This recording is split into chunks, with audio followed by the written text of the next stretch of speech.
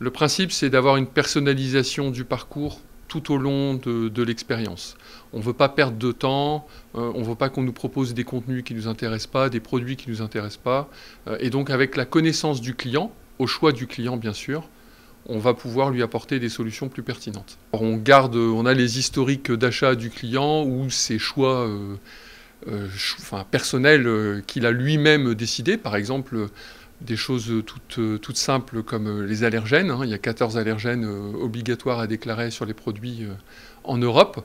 Si vous êtes allergique aux œufs, vous pouvez l'indiquer dans l'application et ainsi filtrer dans le magasin tous les produits qui contiennent des œufs. Alors, par rapport au web, quand on va en magasin, la différence de promesse, c'est que on vient en magasin pour toucher, pour essayer, pour avoir du conseil aussi personnalisé. Même si on a des chatbots en ligne, on préfère quand même parfois du conseil humain avec des gens qu'on connaît aussi. Dans la distribution spécialisée type bricolage, on a confiance dans le vendeur, dans le conseiller vendeur pour apporter un conseil pertinent. On préfère le rencontrer.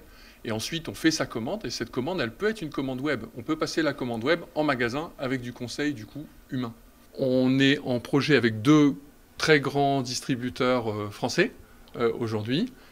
Et donc, en janvier-février, on aura les solutions opérationnelles dans les magasins. Alors, on va démarrer avec des premiers prototypes, mais les distributeurs dont on parle sont présents certains dans de nombreux pays, et on parle de plusieurs milliers de magasins. Alors ça fonctionne comme aujourd'hui, puisqu'en fait, dans la réalité, on aura toujours des produits. Mais le principe, c'est d'avoir accès à une offre très étendue, puisque la compétition pour les magasins physiques, c'est le online qui a une gamme illimitée. Et donc, grâce au digital, on va pouvoir étendre l'offre du magasin de façon illimitée également. On n'est pas obligé de présenter tous les produits en magasin. Par exemple, vous pouvez avoir une chemise, vous ne l'avez qu'en blanc, vous la voulez en bleu, elle n'est plus disponible, vous pouvez quand même la commander et la recevoir chez vous le lendemain, ou l'avoir en magasin quasiment immédiatement, la retirer dans un autre magasin. Et ça pour tous les types de produits. Ce qui fait qu'on peut avoir des produits de présentation sans forcément avoir toute la largeur, ce qui permet quand même de toucher le produit, de l'essayer, de s'assurer que c'est sa taille, puisque ça, en ligne, ça reste quand même un peu compliqué, même si on peut les retourner, etc.